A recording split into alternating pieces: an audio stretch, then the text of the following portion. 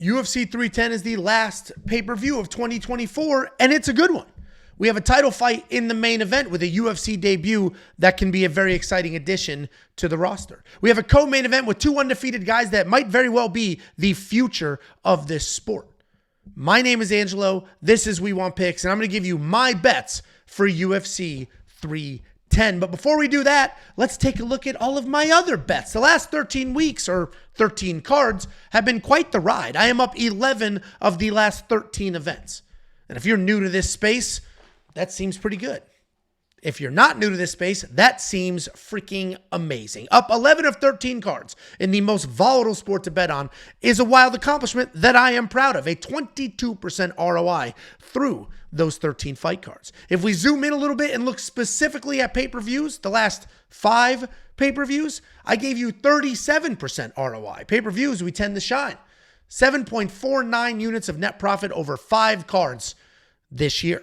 If we take a look at the safety parlay, this has been a contributing factor to the success of the previous weeks. And that's because the safety parlay remains the beacon of stability. I've hit 7 of the last 8 safety parlays. It's just one single bet that I put on the board. I stamp with my safety approval card. That would be cool if I had a safety stamp. That I stamp with my safety approval card. 68% ROI over the last 8 events.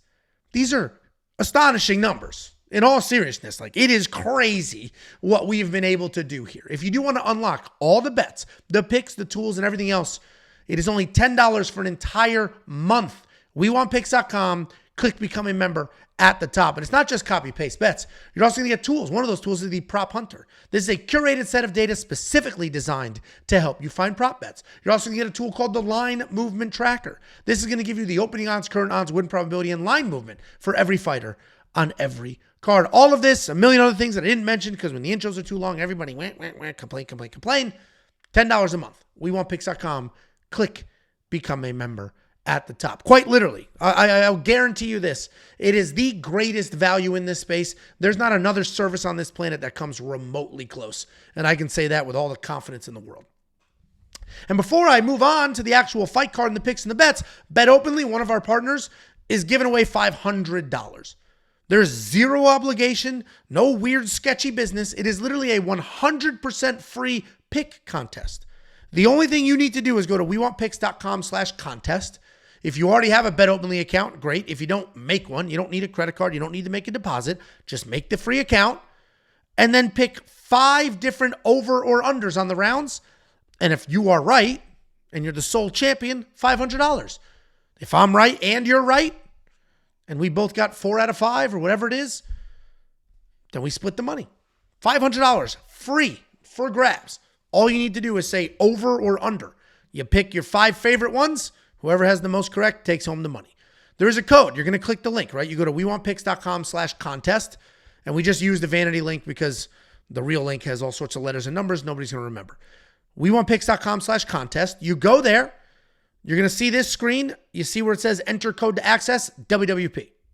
Put that in there. And this is just to prevent bots from doing it. You use the code. You pick your round line leans. You hit submit. Bingo, bongo, bazongo. $500. Super easy, super free, ton of fun. Now let's talk about this card. Before I give you the bets, which I will do, let's talk in generalities. Let's talk about confident favorites and some solid underdogs. If I'm looking at favorites, there's a couple of notables missing because they're an absolute ridiculous fortune. Minus 1,200 at this point for Chase Hooper. I can't put him on here with any sort of seriousness. We have a minus 1,000 or minus 900 Bryce Mitchell. Bryce Harper's a baseball player who does believe in seatbelts. Those guys off the table. Let's talk about who is on the table. Kennedy Nzechukwu, minus 500. Yes, he has been this big of a favorite in the past and has let us down. But I think the tides have turned. I think that was sort of an awakening because since then he's looked pretty good. Kennedy Nzechukwu was always a big, long guy that hit hard and had all the skills. He just styled on Chris Barnett. He looked really good in that fight. Didn't last very long. And Chris blew out his own knee because he's diabetic. Either way, Kennedy Nzechukwu looked good in that fight. He's fighting a guy that can be finished, that has been finished, that was expecting to lose on this card. So I think Kennedy Nzechukwu can absolutely get it done. And while he is minus 500, that's an appropriate price point. Then we have Movsar Evloev. And I'm trying to say it right. People say I say Movsvar. Jesus, I just nerd spit everywhere. Where I put a V in front of and after the S. I'm sorry. I'm not that part of the world. I'm from here. Mosvar. We got Evloev, minus 225. Yes, he is fighting a former world champion in Aljamain Sterling. I don't think it matters.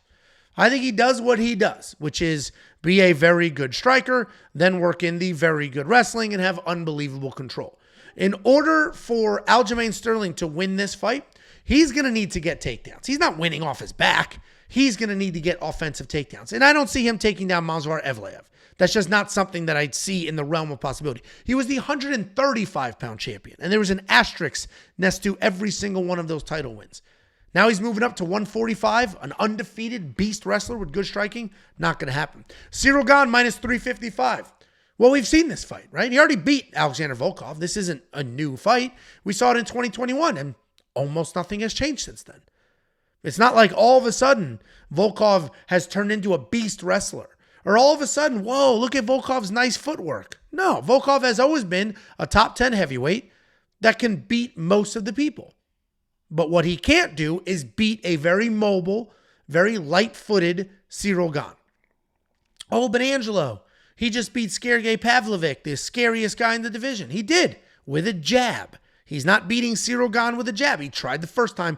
It didn't work. Cyril Gane wins this fight. Alexandre Pantoja, minus 240. This one's a little sketchy because his opponent, Kai Asakura, a dangerous striker, a wildly dangerous striker. He's fun, he's creative, he's fast, he hits like a freight train. But we haven't really seen him defend any takedowns because he fights in a ring. And on that part of the world, in those promotions, in those rings, you don't get a lot of really good aggressive grapplers like the Pantojas of the world. Plus, Kai Asakura is a 135-pounder moving down to 125. That 10 pounds is a massive difference. I think Kai's going to be dangerous early, immediately gets sucked out. The bright lights might be too big for him. The weight cut might be too big for him. There's a lot of things working against him. I think Alexandre Pantoja wins this fight. If we talk about underdogs, I think Cody Durden is a phenomenal underdog. He's a gentleman that I have picked on my own, and Jacob did as well, and Jacob made him his underdog lock of the week. Yes, he's fighting Josh Van. A lot of people seem to be loving Josh Van, a guy that was knocked out by a gentleman who doesn't really knock a lot of people out. Sorry, Charles Johnson. Josh Van is good. Don't get me wrong. He's young. He's good. He seems to be improving, but he can be a little chinny, as can Cody. And I just think Cody's relentless, nonstop, dog-forward pressure is going to be the difference here. Because even in the fight that Cody lost most recently by being chinny against Bruno Silva, he was winning that fight. He was looking great in that fight. And then he ate a big one. He was striking a little too long. So hopefully he doesn't make that mistake here. Hopefully he gets the wrestling going, stays aggressive, grapples. And that nonstop Cody Durden pressure could absolutely get it done. Max Griffin. Max Griffin was a favorite. He just flipped to a dog today. Now, I don't think Max Griffin wins. I'm picking the other side, but we're talking in generalities here, solid underdogs. Max Griffin is absolutely a solid underdog. I picked Michael Chiesa, but I wasn't going to bet on that fight. Picks and bets are not the same thing. Max Griffin, in theory, could defend the takedowns. He's got the power in his hands. And if Michael Chiesa cannot get the takedowns, it's going to be a bad, embarrassing fight for him. So if you were already on the Max Griffin side, well, now's the time because he is an underdog, and I don't know how. It made sense when he was the favorite. Like, we break down fights. We look at fights, and there's many times where I say, I don't know how this person's the underdog. This is crazy. That's not the situation that we had here. I understood why Michael Chiesa was an underdog. I didn't agree with it, but I understood it. Now, all of a sudden, Michael Chiesa is the favorite. Max Griffin's the dog. That seems a little surprising to me. But hey, we'll take what we can get. And if you're on the Max Griffin side, well, you're going to make some money. So good for you. Eryk Ander's in a similar boat. A favorite, not only this week, but he was a favorite the last time this fight was booked at UFC 309. And now, magically, the underdog. The first time I broke this fight down, I picked Chris Weidman. He was fighting in New York City at Madison Square Garden at home. That's no longer the case. The fight was canceled last minute. Eryk Anders was sick. Now, this fight is taking place in Las Vegas. And I feel like the change in venue, as dumb as it sounds, will suck a little bit of the air out of an already pretty old, pretty beat up Chris Weidman. I think Eryk Anders flat out wins this fight now. I picked him this second time around, and now he's a full-blown underdog if you want to go ahead and jump on that. And then Ian Gary. Listen, I'm not going to pick Ian Gary to win this fight. I have to lean Shavkat because of how insanely dangerous he is. But the reality is, this is the best opponent either one of them have ever fought. Ian Gary has never fought anybody as good as Shavkat. Shavkat has never fought anybody as good as Ian Gary. Very different styles. We also don't know what it's going to look like if Shavkat fights 15, 16, 17, 18, 19, 20 minutes. We have no idea. He's never fought that far. We have no idea what's going to happen if Ian Gary does get dragged to the ground. There's so many questions in this. I do not think there should be a 4-1 favorite in this fight. Shavkat's going to be my pick, but if we're talking about solid underdogs at plus 300, I think Ian Gary has to be in that conversation. Let's look at my actual bets. I have 3.75 units out the door as of right now. This is before weigh-ins. This is before takedown props. This is before striking props. So we don't quite fully have my entire slate. But what we do have is some decent bets here. We got Movsar Evloev plus Chase Hooper. Listen, I break down fights every single week, even if the next fight card isn't for a few weeks. So I did that Movsar Evloev and Chase Hooper bet 2 weeks ago. And if you're a premium member, you saw it 2 weeks ago. And 2 weeks ago, that was a minus 154 bet. Chase Hooper, who I believe at the time was minus 600. Now he's minus 1,200. That value is not the same anymore, and that's why it is important to try to beat some of these lines. This is what's going to happen. We have UFC 310, big fight card. Lots of really good fights. UFC Tampa next week, big fight card. Lots of really good fights. Then we have a couple of weekends break, and then we come back. And during the couple of weekend breaks, people are going to take some time off. Not Big Ange. Make sure, if you are a premium member, you are continuing to check in. You're continuing to check the alerts pages. You're continuing to see the bets because there will be bets put on the board for the cards in 2025.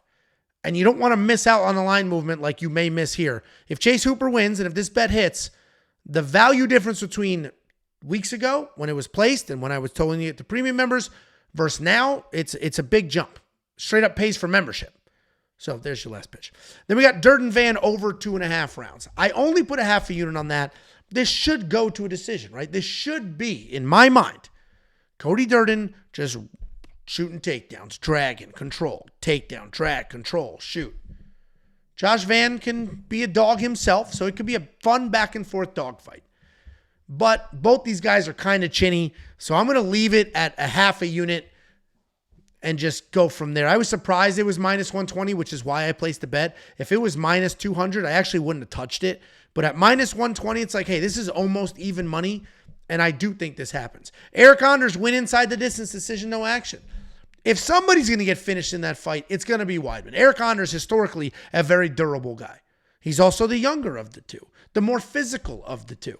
He's been sober for a full year. He just let everybody know that he wasn't sober for a good chunk of his UFC career. Now he is. So now we have a healthy Eryk Anders, a bigger, stronger, younger Eryk Anders. If somebody's going to win by finish, it's him. And what this bet means is if Eryk Anders wins inside the distance, right, a submission, a knockout, TKO, then we get paid at minus 140. If it goes to a decision, win or lose, we get a full refund. The only way you lose money in this bet is if Eryk Anders gets finished. And outside of a couple of wild eye poke TKO situations, I don't see Chris Weidman win or lose finishing an Eryk Anders. Then we got Cody Durden plus 3.5 points. I didn't quite go money line. Money line on Cody Durden right now is plus 130. I said, you know what? Just in case Josh Van can defend a couple of takedowns and squeeze out a round. I think Cody Durden can definitely win one round, if not 2 rounds, if not the entire fight. And that's what this bet is saying. You're betting the point spread. So if you think about football or basketball, baseball, other sports, you can bet the spread, right? Lions by 4, whatever the spread is. That's what we're doing here. You're adding 3.5 points to the judges' scorecards. Every single judge scores every single round 10 points or fewer. You total those up, you add 3 points. 3.5 points, sorry. And basically the way the math works out in simple terms is if Cody Durden wins 1 round on all 3 judges' scorecards, this bet hits. So if he wins outright, it hits. Split decision, for or against him, it hits. 29-28, it hits. He just needs to win 1 round. Then we got a parlay for premium members. Half of that is Sterling Eveleev over 2.5. That fight, it just has to go the distance, right? Neither one of them are dangerous. So that fight's going to go the distance. I parlayed the other side of that through one full unit on this bet. I got it at -110. And the safety parlay, only -108 this week. One full unit on that as well. My 3.75 units out the door can bring back 8.1. If all goes well and all is right in the world, we're going to more than double our money. Let's take a look at Jacob's teaser. Obviously, Cody Durden is his underdog lock of the week. He got a little tiny touch better value than you're going to get. He got him at +135, so a couple points better than the +130 he is now. If you want to know why he's Jacob's underdog lock of the week, well, he put out an unbelievably well-edited video with everything that you need. Check that video out, even if you disagree. It's just well done, very entertaining, and he'll walk you through his logic. Here's also another pretty fun bet from Jakey Boy. I like this bet quite a bit. He sent it to me. I said, I love it. Kron Gracie win inside the distance decision, no action at +200. Kron Gracie loses his fight. The guy kind of sucks at fighting, right? But what he is a very good grappler. And he's fighting somebody who's going to be looking to grapple. He's also very tough. Kron Gracie sucks, but he's not a bitch. He'll take his beating. He might look stupid, but he'll take his beating. So Kron Gracie to win inside the distance, decision, no action. So if he somehow finishes Bryce Mitchell, which is possible. Bryce was just knocked out. We've seen Bryce submitted on The Ultimate Fighter. So if Kron Gracie can do either one of those things, you'll get paid at +200. If he loses the decision, which is the most likely outcome here, well, then it's okay. You get a full refund. The bet never happened. And then he's got a bunch more bets, not only for this card, but for next card. UFC Tampa, he has almost 7 units on the board right now. Right now, 7 units on the board. Unlock all these freaking bets, the picks, the tools, and everything else. WeWantPicks.com. Click become a member at the top. We're going to look at Bet Openly very quickly. I opened this up talking about Bet Openly is giving away $500. We talked about what they're doing and how you can get that $500. Well, let's talk about who they even are. They are a peer-to-peer sports betting. They're not a sports book. It's not you versus them. They're not trying to take your money. It's you versus me. It's me versus somebody else. It's human beings putting their bets on a board. Other people take those bets, and now it's person versus person. And all Bet Openly does is facilitate those exchanges. Make sure that the money's in good hands before the bet is sealed so they can deliver the money to the right person. And because they're not a sports book, they don't need to build in a VIG. They don't need to build in profitability. They make all their money by taking 1 single % of the winnings. So if you won $100, you'll get 99. They keep $1 to keep the website going, and then they pass all that other savings on to you. If you go back to the first slide, you'll see the Bet Openly odds and the Bet Online odds, and Bet Openly is going to have better odds every single time. Here's that contest we talked about. It's free to enter. You don't even need a credit card. Just go to WeWantPicks.com/contest. If you don't have an account, make an account. You just pick 5 different over or unders on the round lines, and whoever has the most correct wins $500. If a couple of you are tied, well, you split it. 100% free, no obligation, no credit card, no nonsense. Go ahead and check it out. WeWantPicks.com/contest. And finally, if you want $50, we'll send you 50. 50 smackaroos. Just go to WeWantPicks.com/bets. Sign up. Make a deposit with any one of these sportsbook affiliates, and we'll send you $50 as a thank you. Guys, I appreciate you. The pay-per-view weeks are always great weeks. I'm looking forward to this. Hopefully you have as good of a week as I'm hoping to have. Thanks for all the support.